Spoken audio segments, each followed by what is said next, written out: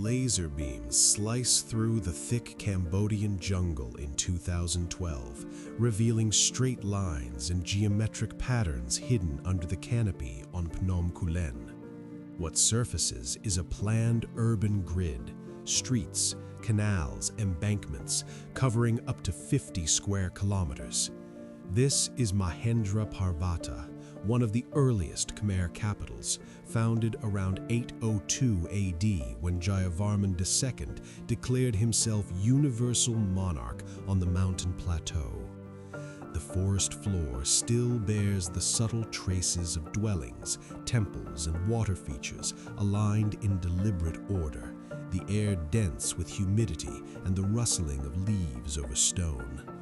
Recent LiDAR scans have mapped not just scattered ruins, but an entire landscape of roads and hydraulic works, showing how the empire's story began far from the lowlands in upland engineering that managed seasonal rains from the start.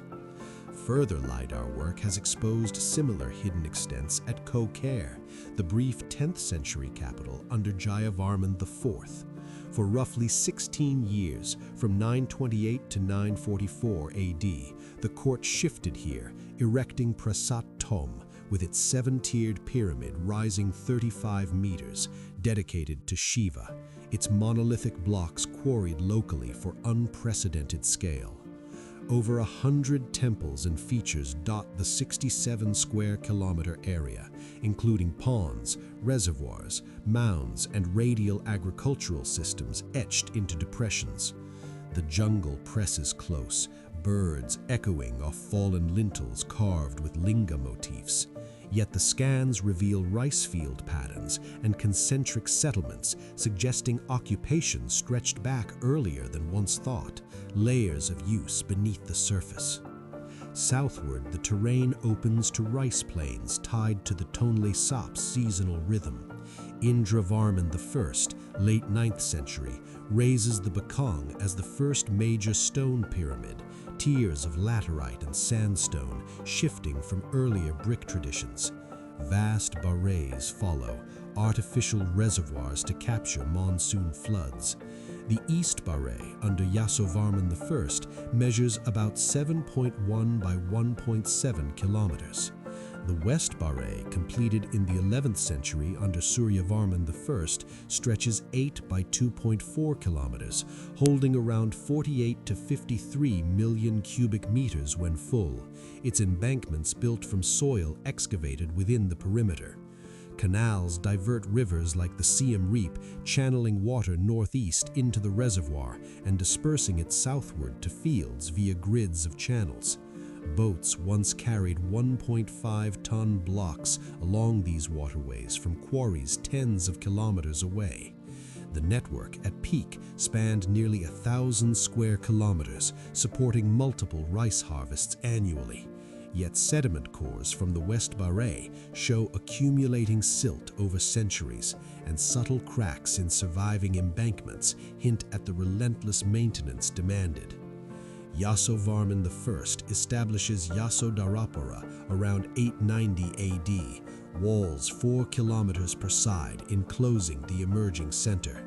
Bakeng perches on a hill, steps worn by those seeking elevated views over reservoirs. Carvings on nearby structures capture myths and processions in sharp relief. By the 12th century, Suryavarman II dedicates Angkor Wat to Vishnu, a vast complex of 5 towers above a wide moat dotted with lotus, galleries stretching hundreds of meters with bas-reliefs of epics, battles, and daily life. Over 1,800 apsaras smile from the stone, their details preserved in shaded corridors where incense drifts past saffron-robed figures. The moat and surrounding hydrology helped stabilize the massive weight on shifting soil, temples essentially floating on the water table. Yet much of the broader city, wooden homes, markets, has vanished, leaving only the stone core amid what LiDAR shows as dense, low-density sprawl. Quiet sites extend the reach, Sambor pre-Cook, pre-Angkor roots into the 6th to 9th centuries, clusters over 180 brick sanctuaries in forest groups, towers on platforms linked by ancient waterways, moss softening octagonal forms dedicated to Shiva. Beng Miela, largely unrestored, lies tangled in jungle 65 kilometers east, its collapsed galleries and overgrown courtyards evoking a wilder state of preservation. Bantai Sri, the citadel of women, gleams with intricate pink sandstone carvings from the 9th century, finest in the region. Priya Vihar crowns a 600-meter escarpment on the northern border, 5 pavilions along an 800-meter causeway used for pilgrimage across centuries, wind sweeping the cliffs. Jayavarman VII, crowned in 1181 after repelling Cham invaders, pushes the empire widest. Angkor Thom encloses 9 square kilometers with walls 8 meters high and moats sustaining perhaps 80,000 to 150,000 within, part of a greater metropolitan area that LiDAR and models suggest reached 700,000 to 900,000 by the 13th century. Highways radiate outward, lined with 121 rest houses spaced every 15 kilometers or so, and 102 hospitals dispersed across provinces, each under the protection of the healing Buddha.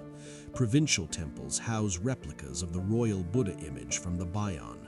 Trade flows along canals, voices from afar mixing with chants. The water system, upstream diversions, central barrays like Jayatataka, 8.7 million cubic meters, downstream dispersal interconnects everything, yet demands constant dredging and repair. As the 13th century advances, pressures mount. Monsoons grow erratic. Tree ring and sediment records indicate prolonged droughts interspersed with intense floods in the 14th and 15th centuries. Silt clogs barrays, reducing storage. Some embankments fail under strain. Thai raids increase from the north. The interdependent network, vast and rigid, proves vulnerable, unrecoverable damage in places. By 1431, Ayutthaya forces sack Angkor, though southward shifts had begun earlier.